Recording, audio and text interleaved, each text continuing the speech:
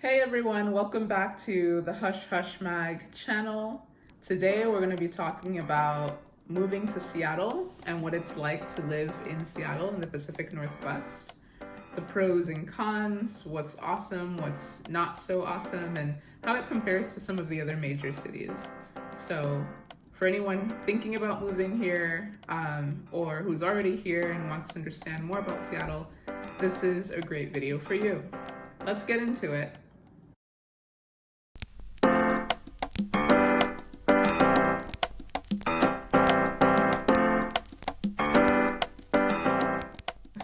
Seattle. How did I end up in Seattle? I think a lot of people ask me that. I think the biggest reason why a lot of people end up in Seattle, from what I've seen, is mostly for work. A lot of people that live here, especially young people, they came for a job, typically at a tech company or tech adjacent company. So some of the most popular companies that people work for here are Amazon, Microsoft, Boeing, which is not really tech in the traditional sense, like software tech, but I still kind of consider it tech. Facebook also has a really big presence here. Google has a big presence here. And there are a bunch of other, I guess I'd call like medium-sized companies like Zillow and Redfin. Trying to think who else off the top of my head. Costco is based out of here. Starbucks is based here. So in short, there are a ton of really awesome companies here. So it's a huge reason why people are compelled to move to Seattle in the first place. In my case, I came specifically for work. As you guys know, I'm a PM and I actually came to Seattle through RPM, which is the opportunity to basically transition to a product manager role. And it was probably one of the best decisions I ever made. Prior to being in Seattle, I was living in Oakland and in the Bay Area.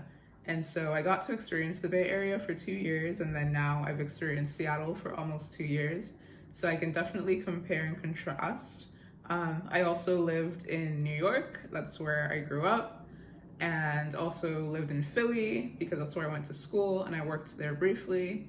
And then I also know a little bit about LA because I have some family and friends there. So I can give like a general comparison of how Seattle compares to a lot of the other major cities. I'd say probably there are 3 major pros, I'd say, that Seattle has over the Bay Area and over some of the other major cities. The first one is cost of living, and I'd say this is asterisk because we're comparing to, LA, New York, other cities, San Francisco, other cities that have a pretty high cost of living. So compared to those cities, Seattle is actually a moderately well-priced city where you don't have to be making 6 figures in order to, live in a relatively central part of Seattle. And so I think that's a huge pro. I think you also have a nicer quality of life. Seattle is a lot more quiet and more honestly of like a big town feeling, I'd say. As a former New Yorker and someone that used to live in the Bay, I already felt like San Francisco was small as a city, like the city of San Francisco. And Seattle feels even smaller, especially like the downtown central Seattle area. So some people might see that as a downside. To me, I saw it as a good thing because it makes it really easy to get around. It never takes more than like 10 to 20 minutes for me to visit anyone or go check out anything. And so I feel like there are a lot fewer barriers to actually doing things. Like nothing's actually stopping me besides my own laziness. So that's contrast with these other cities like LA and New York where, you might meet someone from Brooklyn or meet someone that lives in Glendale, and depending on where you live, that might be, 30 minutes to an hour out, and that alone makes you not want to go meet up with that person or check out that event. So that's definitely something that I think Seattle has going for it. Another thing Seattle has going for it, I'd say, is probably the, how can I say this? I want to say the weather, but I know people say, what are you talking about? It's Seattle, the weather sucks. Yes, the weather sucks during the winter, but I would say Seattle is much more temperate. And so you don't have 100-degree days most of the time, and you also don't have like 10 degrees or negative 10-degree days in the winter, which you do have in Chicago, in New York, in the Bay a little bit. It's not as extreme, but I still remember there were some days where it was like a frosty 40 randomly, and then, you know, super like hot, like 90 or 100 for no reason. I don't think the time I've been here in Seattle that I've ever seen a 100-degree day, and I've never seen anything colder than like maybe 30. But even those days where it was 30 and snowing, it was like a very light snow and everyone was freaking out. I remember last year, I think it was, there was like a mini snowstorm. They called it a snowstorm. But it was really just like maybe, I don't know, 3 inches or so of snow, maybe 4 inches, and it literally shut the city down. Like the city was unprepared. There were like no snow plows. Everything was just closed. So we were just working from home and offices were closed and everything for like 1 to 2 weeks because we got a few inches and that was it. So it's kind of like a once every 10 years there might be snow and it might get that cold. But most of the time in Seattle, like if you just wake up on a random day, it's probably about 50 or 60 degrees. And then in the summer, it stays more steady at like 70 and occasionally can get up to 80 degrees.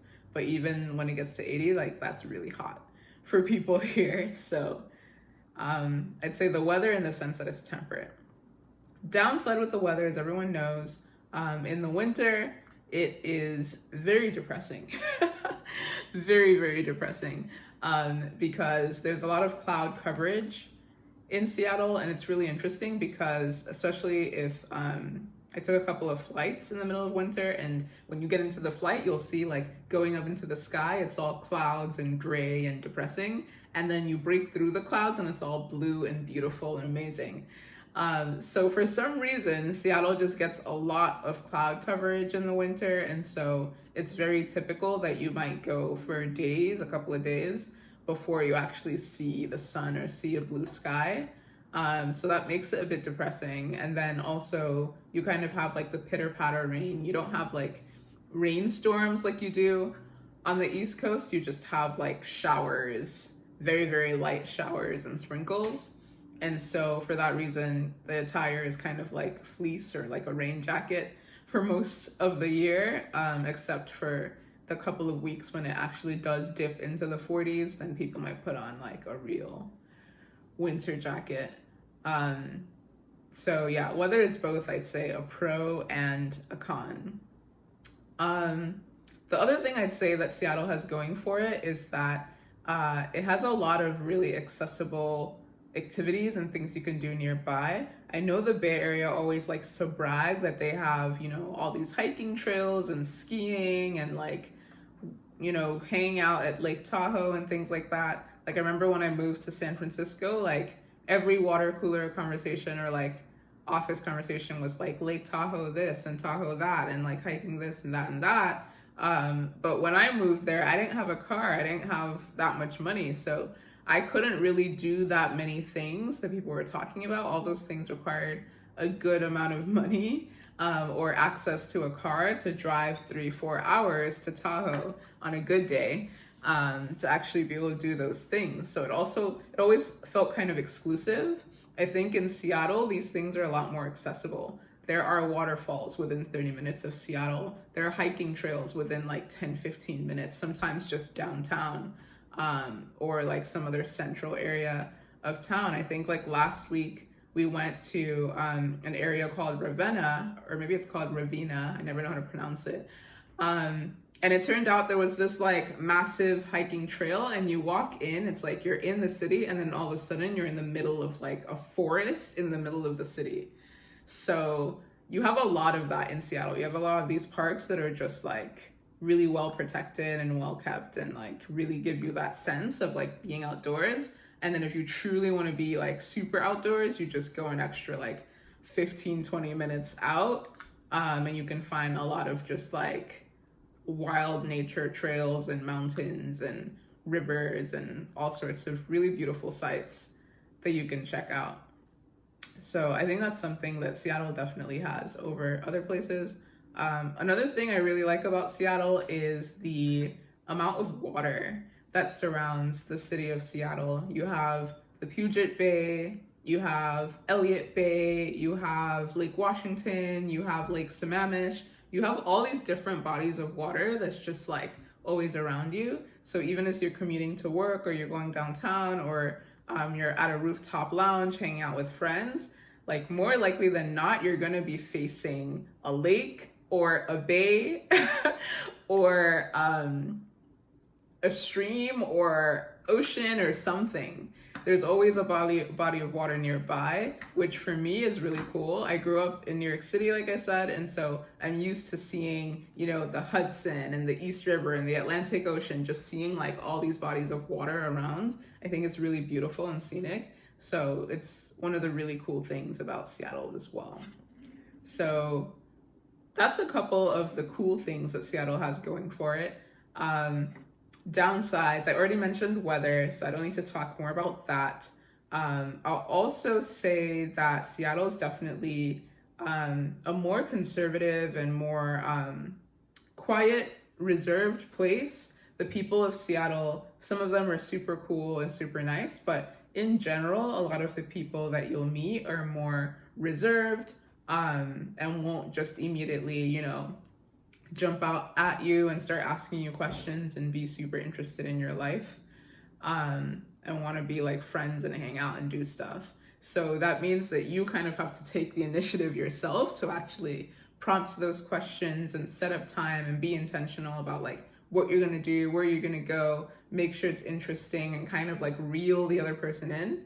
I think people call this the Seattle freeze, social freeze or whatever.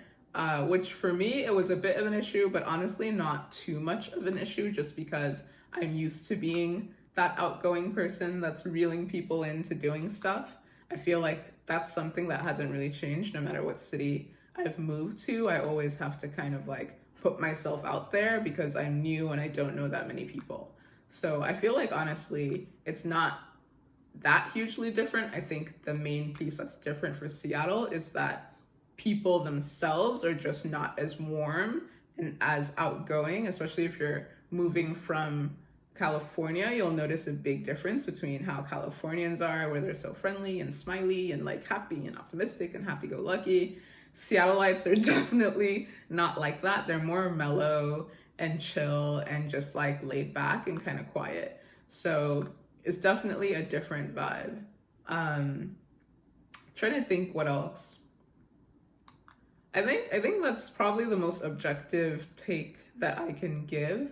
For anyone that's new to Seattle, what I would recommend for meeting people and kind of like making your way around is to just, like I said, put yourself out there. So if you see someone at a coffee shop or at the store or you're doing something and you kind of see something that could be a good conversation starter, like maybe they're wearing like, you know, a shirt or a hat from a sports team that you like, or maybe from a school that you went to, or you know someone that went to that school, or maybe they're eating something that looks interesting. Just like take those opportunities just to kick off the conversation.